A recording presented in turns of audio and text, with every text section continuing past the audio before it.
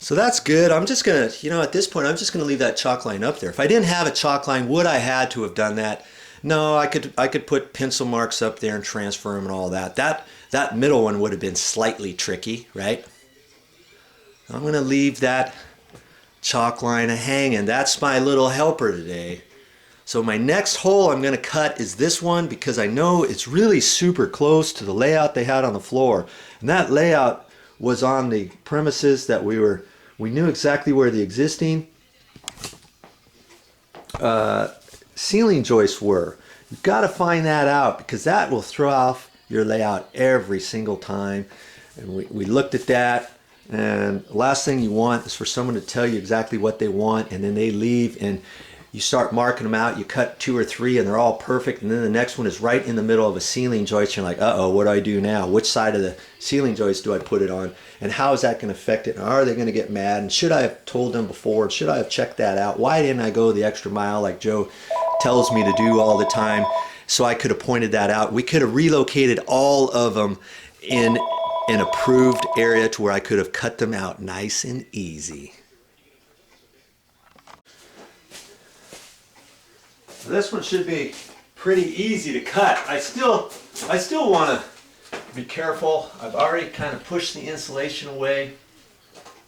And because the sheetrock is old, I want to be special careful with it so that I don't break it off any more than I have to, you know?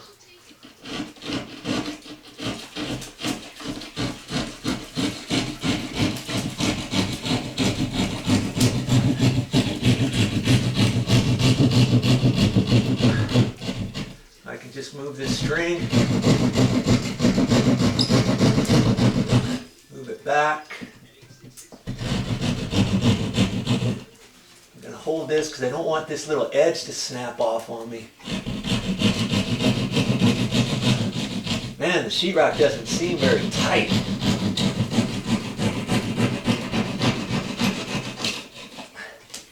It's pretty old and brittly. My word, this sheetrock's like, over 50 years old. So know when to be a bull in a china shop and know when not to. If I have to, once I get it up in here, if I have to patch around here, I will, because I've got other holes from where the existing light fixtures were and that sort of thing. So it's all good.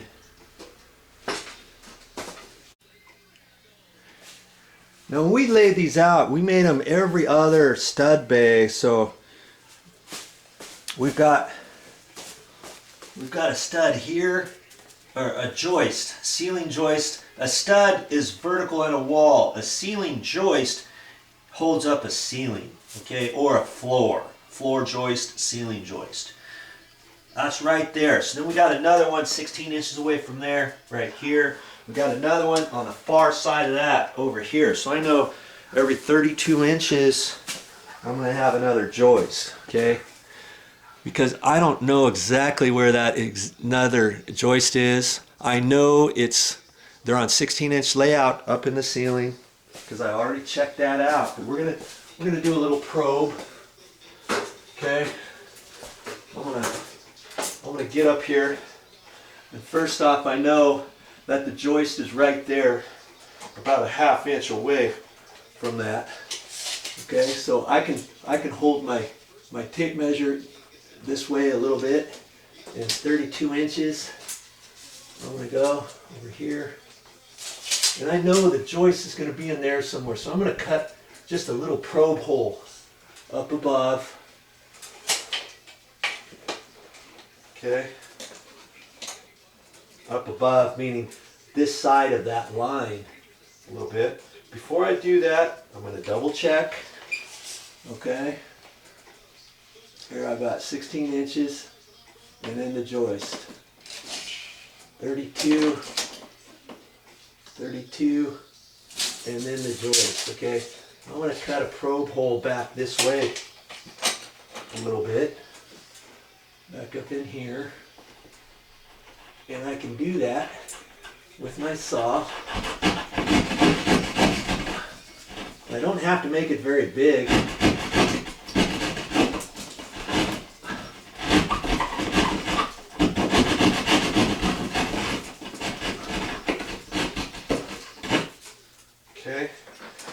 take my wire and I'm just going to bend it. I'm going to shove it in there. And we'll see what happens here. Wow. Okay. Guess I'll make my hole a little bit bigger so I can get my finger up in there.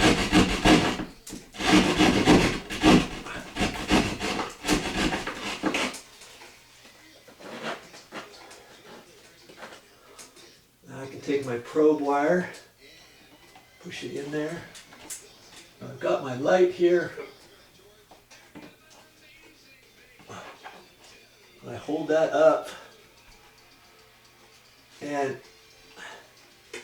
got my thumb on there, and I'm about 1.1 inches away from that edge. Okay.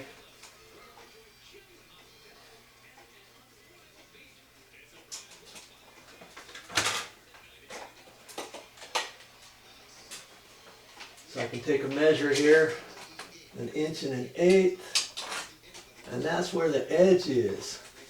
Now, before I cut that, I'm going to probe on the far one, and I'm going to get a measurement. And you see, I don't necessarily have to get on the edge exactly at each one.